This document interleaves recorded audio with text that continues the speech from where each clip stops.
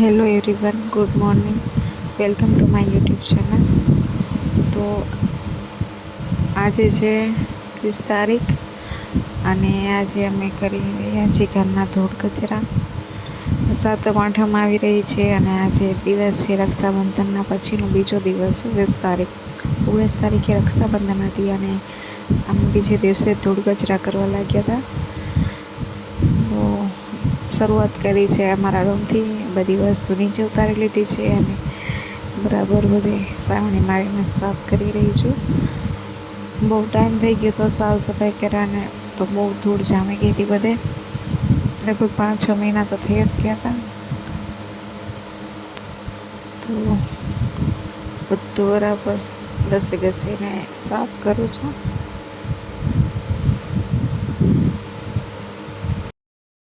તો આ વિડીયો અમારો બહુ લેટ આવવાનો છે કારણ કે સાતમ આઠમ પછી એ વિડીયો મેં એડિટ કરું છું, કેમ કે પછી ટાઈમ પણ ના મળ્યો તહેવારના કારણે અને બધાની તબિયત પણ બહુ ખરાબ થઈ ગઈ હતી એટલા માટે. અને બધો સામાન રૂમનો બહાર કાઢી દેવામાં આવ્યો છે. હોલમાં છે, મોટા રૂમમાં બધું બહાર કાઢીને પહેલાં અંદર રૂમ એક સાફ કરી નાખશું, પછી બહાર કરશું.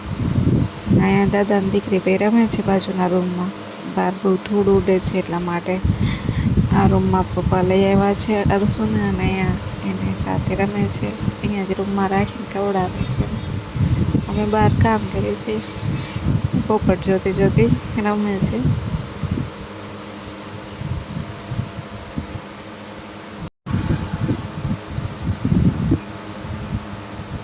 અને મમ્મી અહીંયા બધા વાસણ બહાર ધોવે છે. વાસણ ખાલી રસોડાના છે. રસોડાના બધા વાસણ પહેલાં ઉતારી દીધા હતા. એટલે એમને સાફ કરશે ધોશે ત્યાં સુધીમાં હું અંદરનું બધું સાફ કરી નાખીશ. રસોડાના ખાલી થોડા વાસણ હતા, બાકી બધા અત્યારે ધોવાના નથી. ચોમાસું છે એટલે પિત્તળના વાસણ પછી કે ખરાબ થઈ જાય, એટલે એ બધા પછી દિવાળીમાં સાફ કરશું.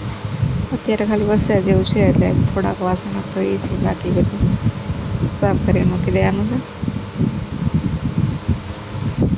મેં ઉપર બધું ઝાટકી નાખ્યું છે. માળિયા અને દિવાલો અને છત ને બધું સાફ થઈ ગયું છે. પંખા નીચે બરાબર બધું ઝાટકીને સાફ કરી નાખીશ ને વાળી નાખીશ. કચરો ભેગો કરીને નાખીશ. બેડ ઉપરથી પ્લાસ્ટિક હટાવી લીધું છે, ત્યાં પણ સાવણી મારી દઈશ. ઘરમાં સાફ કરતાં પાણી આવી ગયું હતું.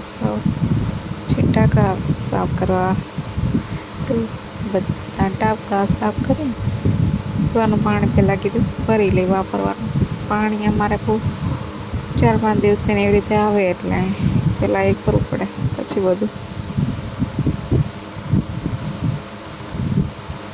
પહેલાં પાણીનું કામ પતાવી દઈએ, પછી અંદર ઘરનું કામ કરીશું.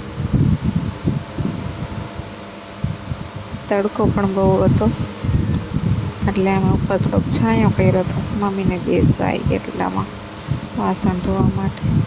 ના જ્યાં ટાંકા રાખી છે ત્યાં બહુ ધૂળ જામી જાય એટલે સાણું બાળીને થોડુંક સાફ કરી દીધું પાણી નાખીને. મમ્મી આ બધા ઝાડવામાં પાણી દે છે.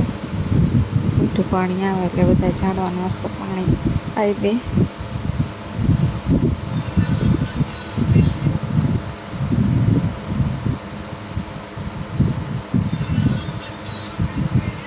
હું અત્યારે આવી ગઈ રૂમમાં પાછી. બધું કચરું તો સાફ કરી નાખ્યું હતું, પણ હવે જે ઉપર પોતું મારવાનું હતું એ આ બધે પોતું મારી દીધું. હારે પંખો સાફ કરી નાખું, પછી એક પંખા બાજુ આવું ને થોડા સાફ કરવાનું. હારે પંખો સાફ થઈ જાય પછી રૂમના બંને લેમ્પ ઉતારીને સાફ કરી નાખે. હારે બહુ ધૂળ જામી જાય એટલે તારી મસ્ત પોતેથી સાફ કરી પછી લગાવી દઈશ.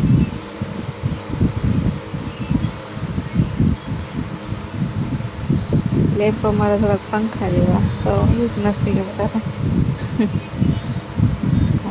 સાફ કરી પાછા લગાવી દીધા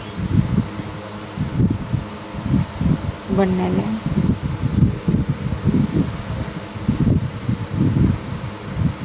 તો હારે હારે કબાટમાં ને ત્યાં બધું સાફ કરી નાખું. મમ્મીનું કબાટ છે જૂનું.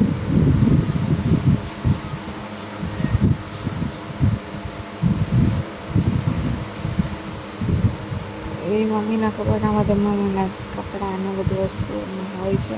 ગોદડા લગભગ થોડાક પડ્યા છે, બાકી બીજા કબાટમાં અમારા ચિકનના હોય ને આવા બધા નવા ને એવા બધા કપડાં પડ્યા હોય છે.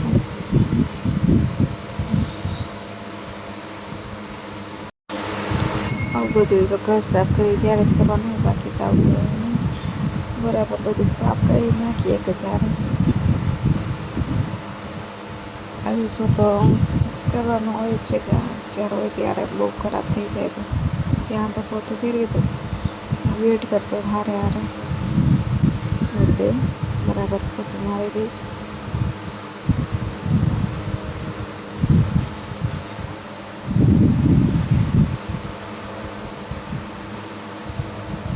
હવે હું આવી ગઈ છું રસોડામાં. રસોડામાં બધી વસ્તુ છે ઉપરની તે બધી જે ઘરે ઉતારી દીધી તે પહેલાં જ મારે ખાલી ઝાટકવાનું જ હતું. મેં પહેલાં બધું ઉપર મસ્ત ઝાટકી નાખ્યું, પછી પંખો સાફ કરી નાખ્યો, પછી નીચે બધે ઝાટકી નાખવાનું અને નીચે પછી બધું કચરું વાળીને ભેગું કરીને ભરી દીધું. કેમ કે મારે ઉતાવળ હતી, બપોરનું જમવાનું પણ સાથે બનાવવાનું હતું. 12 સાડા 12 જેવું વાગી ગયું. સવારે મેં બાફીને મૂકી દીધા હતા, ખાલી વઘારવાના હતા, રોટલા કરવાના હતા અને થોડાક મોરા ભાત બનાવવાના હતા.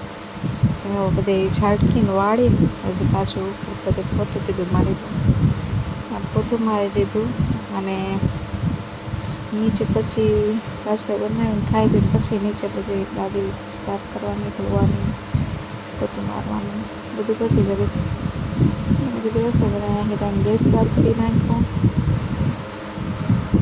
મગ તો સવારના જ બાફી લીધા તમે, પછી કીધું બપોરે ગરમ ગરમ બનાવીને ખાશું. બધું ધૂળ સાફ કરી નાખું પછી કીધું બનાવું.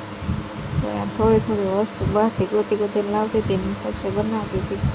બધું બહાર રાખ્યું હતું તો મસાલો બનાવું છું, લસણ ને ટમેટા મરચાં બધું ખાંડીને ને તપેલામાં તેલ ને રાઈ ને બધું નાખી મસ્ત મગ વઘારી નાખું.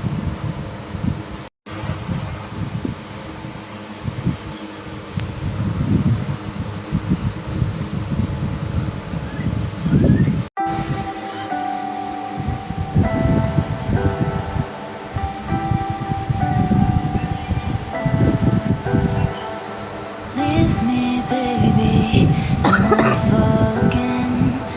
This just hurt me. Just think about it, about you, hold me. તો અહીંયા મેં ભાત મૂકી દીધા છે, પાણી મૂકી દીધું છે ભાત બનાવવા માટે. તો પછી બનાવીને પછી ખાઈ લીધું હતું. જમીન પછી પાછી હું બધું સાફ કરવા આવી ગઈ. એ પોતામાં આવું છું ટાઇલ્સમાં બધે અને રસોડું સાફ થઈ ગયું, ધોવાઈ ગયું. હું બહાર હોળમાં આવી ગઈ છું. બહાર હોળમાં બધે સાફ કરું. વસ્તુ બધી ઉતારી લીધી હતી. હવે ત્યાં ઝાડુ બધી ફેરવવાનું હતું, ઝાટકવાનું છે. વસ્તુ જે બાકી છે ઉતારતી જાઓ ને ઝાટકતી જઈશ.